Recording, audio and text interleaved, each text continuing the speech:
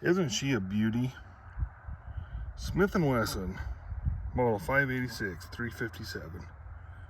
6-inch barrel, full underlug. Hello everybody, welcome to Badlands Ballistics. Got a really fun video today. I got the old Smith & Wesson 586. Tell you a quick story on this gun. I walked into a local pawn shop here and they had it sitting there, and I am not a big 357 38 special fan. I'm just not. I almost have the feeling that it's too small to really carry on the mountain. Full house 357 loads, I kind of despise them. They are so stinking loud, so much muzzle blast. I just don't love them. So I was on the fence about buying this. When me and my son got in a discussion, I ended up picking it up. It's been several years ago. I have hardly shot this thing at all. But for whatever reason, I have got a new interest in shooting double action revolvers. I did a video a little while ago on the Smith & Wesson 629. And so I'm going to use this guy as a training tool. And I think this is where these revolvers really shine. With the full underlug barrel, 6-inch, hardly any recoil, super accurate. It's got a great trigger pull on it. I brought my trigger gauge with me today, so I'm kind of curious to see what it's going to do. So we're going to do that. But before we do, I want to tell everybody that has subscribed, thank you very much. And if you haven't and you're watching this video, please take a minute and hit that subscribe button for me. So anyway, real excited about this. I love the grips on this. I've been thinking about buying a set of grips for this, or similar to this, for my 629, but I've never shot the harder recoil with this style of grips. So if you guys are watching this and have experience, let me know. Do you think I would like these grips on the 629? Anyway, please leave some comments. But we're gonna get the trigger pull scale out and see what this trigger is on this guy. Before we do that, I'll just talk about the ammo. I'm just shooting what I call real generic 38 special ammo. These are home cast bullets, 140 grain semi-wad cutters with some red dot powder, super mild. So nothing, that's the only ammo I got today. We're gonna shoot it one group on paper just to check the zero, and then we'll do some double action shooting and see how it goes. But I got the old Wheeler trigger pull scale out, so we're gonna grab that guy and see what the trigger is.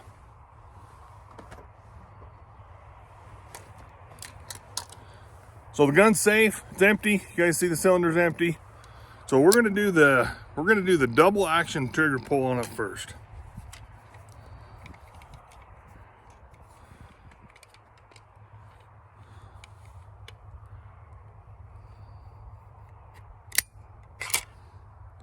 So that's an 8-pound scale and it maxed it out. So I don't really know what it is. Let's see what the single action is.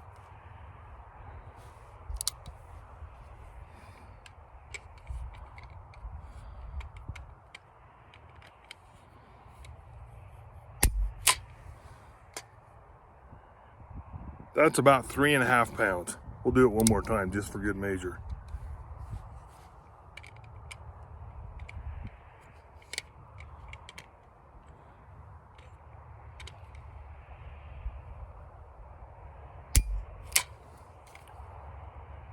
Yeah, that's reading about 3.5 pounds. I'll tell you that the double action trigger pull on this guy is super nice. I obviously don't know what it is, but it's real smooth. You know, Smith & Wesson's famous for that. This guy, lives up to that expectation of how nice the triggers are in Smith & Wesson. So, alrighty, let's get going. We're gonna shoot one. I'm just gonna shoot a full cylinder on paper. We'll go check the group and we'll do some double action shooting.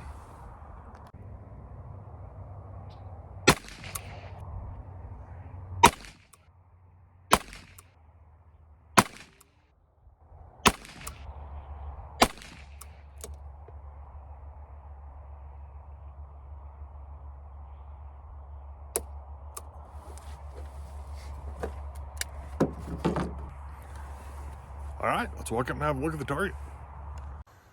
All right, well, the old Smith & Wesson didn't disappoint. So there, right there, friends, is 2 holes. Hopefully you guys can see that. So there's 2, 3, 4, 5, 6. This might be a little bit of a flyer, but we're still got all 6. Get my tape measure. So that one's about 3 inches. The rest of these guys, just over 2 inches, maybe 2 1/4.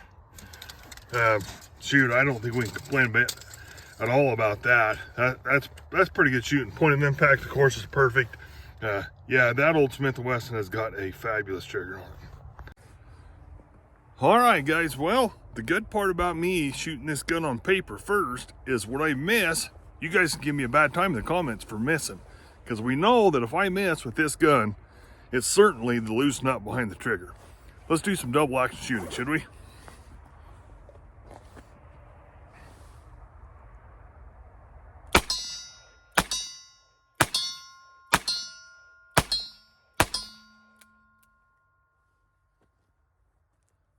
Well, that wasn't too bad. We're going to change the angle of the camera. I had some great comments on the 629 video that I was stacking the trigger, so hopefully I can do some practice with that and not have that happen so much today. But I had 6 out of 6 hits on that one.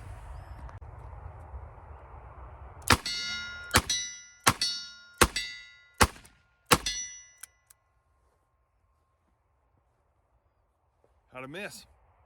I feel like I'm getting nervous here in front of the camera having you guys watch me shoot. So we better do that a couple more times, see if we can do any better. But I feel like that my, what one of my commenters said about stacking the trigger, I feel like it's getting better, but I still had a miss. So good thing I got a whole bag of ammo here.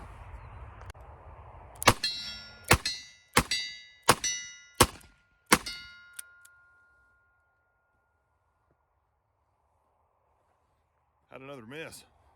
Still 5 out of 6. Could be worse, right?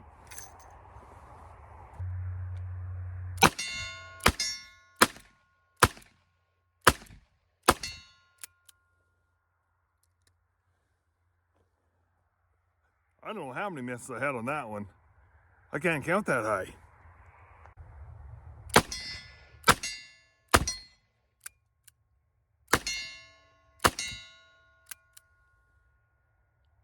Had a misfire.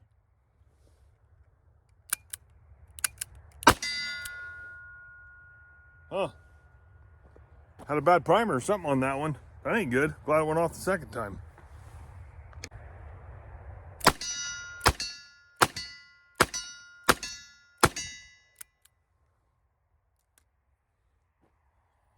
All right, guys, well, we're gonna call that quits. I had 6 out of 6 and it was pretty quick. You know, Jerry Michalek does a lot with the timing on this, and I mean, of course, he's almost superhuman to watch him shoot a double action revolver. But you know, it's interesting. I've almost got a little bit of a love-hate relationship for this guy. In a way, to me, the 38 357. Sometimes they say it's neither fish nor fowl, right?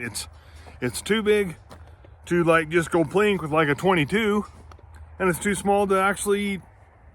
You know, you're not gonna take this guy deer hunting. You know, I guess some people have done that, but you know, for me, I got a lot of other better guns for that. So my goal with this guy is to learn to shoot double action. I'm 53 years old and I've never said, hey, I'm gonna spend some time shooting double action. I just haven't done it. You guys have watched the channel, you know that I am obsessed with accurate shooting. But the real life of it is when I'm on the mountain carrying that 629 and I get in any kind of a situation, I'm gonna pull that puppy out and take care of business, probably double action if I'm in a hurry at all. So I think there's some value for me. I think it'll make me a better shooter all the way around, even with my semi-auto handguns or whatever. So that's what's gonna be the goal with this guy. And I'll post a few more videos. I'm gonna spend some time with it. This old kid needs a good cleaning. I don't know if you guys can see that in the camera or not. So I'll give it a good cleaning, and we'll spend some more time doing this. I could sit out here and shoot all day long with that. I mean, I honestly have forgot how fun this guy is. So a ton of fun, and its purpose to me and its real value is a training. You know, you take someone, a novice shooter, a female, something like that, that's recoil sensitive, man, you could turn them loose all day long with this guy and they would have a ton of fun. So that's where it's at. Am I ever going to carry this on the mountain? Probably never. Probably never. I'm feel a lot more equipped with a 45 or a 44 Magnum. So anyway, but we're gonna have some fun with this guy, and I'm gonna bring you guys along. Please leave some comments on the grips.